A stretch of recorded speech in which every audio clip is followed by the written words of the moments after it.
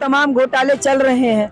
घोटाले का मतलब है कि बार बार महंगाई क्यों बढ़ रही है, रोजगार क्यों नहीं बना रहे हैं, परीक्षा का पेपर कैसे लीक हो जा रहा है, ये तमाम चीजें जनता के बीच में जानी चाहिए। जनता स्वयं से जब जवाब मांगने लगेगी तो जिन्होंने एक चवन्नी भी इलेक्टोरल बॉन्ड के नाम पे किसी भी धन्ना सेठ से नहीं लिया, तो ये साफ साफ पता चल रहा है कि भाजपा की बी तुलसी इंटर कॉलेज मकनहा बुरनपुर आजमगढ़, जहां से होता है प्रतिवर्ष विद्यार्थियों का NIT में selection, admission open.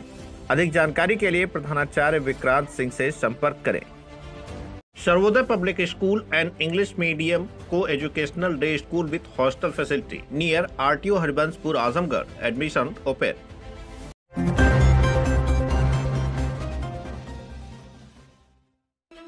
Road show के दौरान बसपा प्रत्याशी ने सपा को बताया भाजपा की बी टीम। आजमगढ़ के तरौलिया विधानसभा में रोड शो करते हुए देर शाम बसपा की प्रत्याशी प्रोफेसर इंदु चौधरी बढ़िया बाजार में पहुंची। इस दौरान हमारे संवाददाता विनोद राजभर ने प्रोफेसर इंदु चौधरी से बातचीत की। बातचीत के दौरान जहां बसपा प्रत्याशी इंदु चौधरी ने भाजपा सरकार पर निशाना साधा, तो वहीं समाजवादी पार्टी को भाजपा की बी टीम बता दिया। फिलहाल आइए दिखाते हैं विनोद राजभर की ये खास रिपोर्ट। नमस्कार, तेज न्यूज देख रहे हैं आप। आपके साथ मैं हूं विनोद राजभर। इस वक्त मैं तरौलिया विधानसभा में मौजूद हैं। हमारे साथ बसपा की कैंडिडेट लालगंज से लोकसभा की हैं डॉक्टर इंदु चौधरी जी। इनसे हम बातचीत करेंगे कि आखिर यहां पर किस तरह से रोड शो इनका चल रहा है और कैसे क्या है।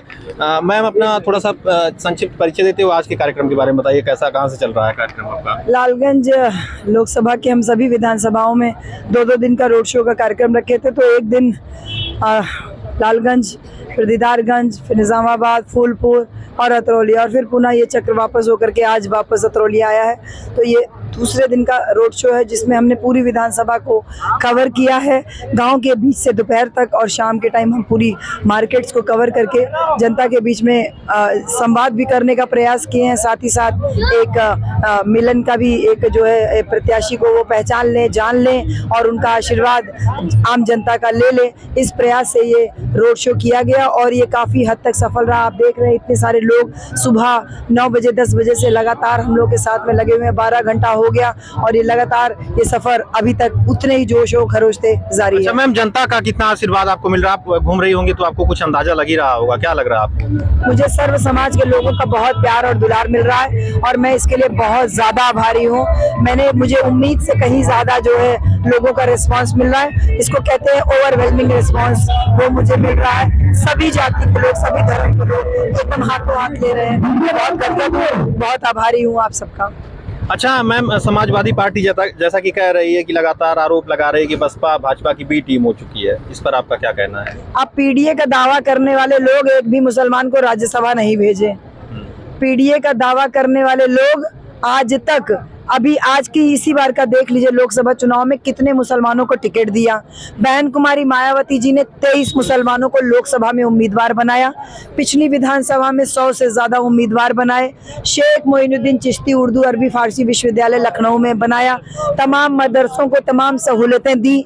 और वहीं जो मुसलमानों के वोटों का दावा करने वाले लोग हैं, वो स्वयं की गलती छुपाने के लिए कि वो स्वयं भाजपा की बी टीम बन के काम कर रहे हैं, अपनी गलती छुपाने के लिए बहन जी की तरफ उंगली उठाते हैं। आज जब इलेक्टोरल बॉन्ड का सच दुनिया के सामने है, जहां ये पता चल रहा है कि भारतीय जनता पार्टी से लेकर देश की तमाम पार्टियां और यहां तक कि समाजवादी पार्टी तक ने चुनावी चंदा यानी इलेक्टोरल बॉन्ड के रूप में पैसा लिया।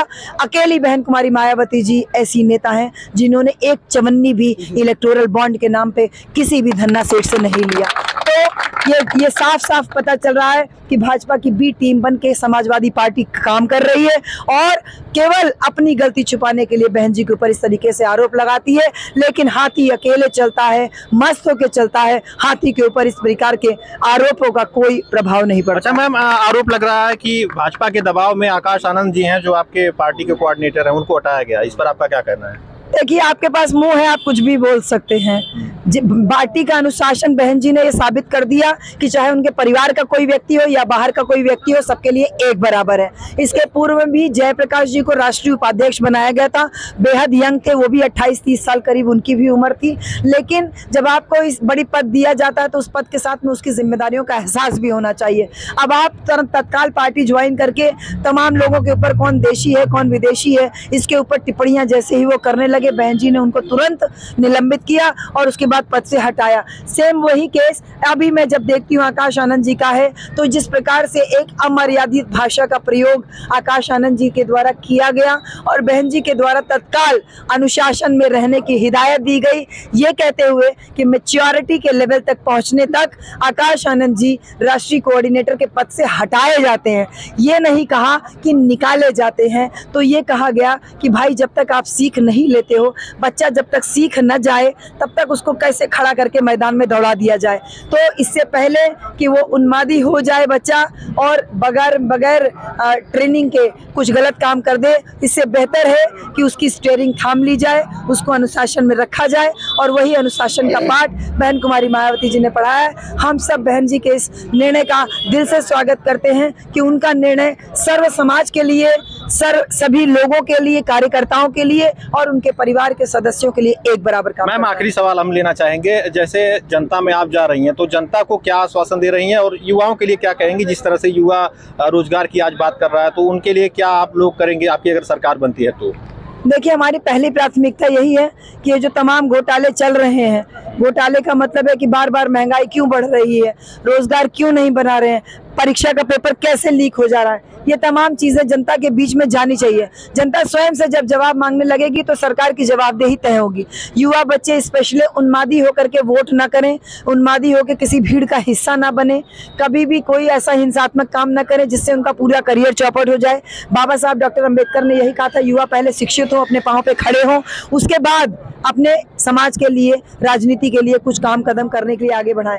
तो हमारा यही फोकस है कि प्रोफेसर हूँ, शिक्षा के पेशे से हूँ, तो पहला फोकस यही रहेगा कि अगर आपका आशीर्वाद इस लालगंज लोकसभा से मिलता है तो लालगंज की धरती के लिए एक विश्वविद्यालय की स्थापना करना मेरा प्राइमरी फोकस रहेगा। और दूसरा कि यहाँ पर एम्स के जैसा या फिर चक्रपानपुर पीजीआई के जैसा एक नेशनल लेवल का मेडिकल कॉलेज लालगंज की क्षेत्र को, लालगंज की जनता को मैं सुपुर्द कर पाऊँ, तोहफे में दे पाऊँ, ये मेरा दूसरा प्रयास रहेगा।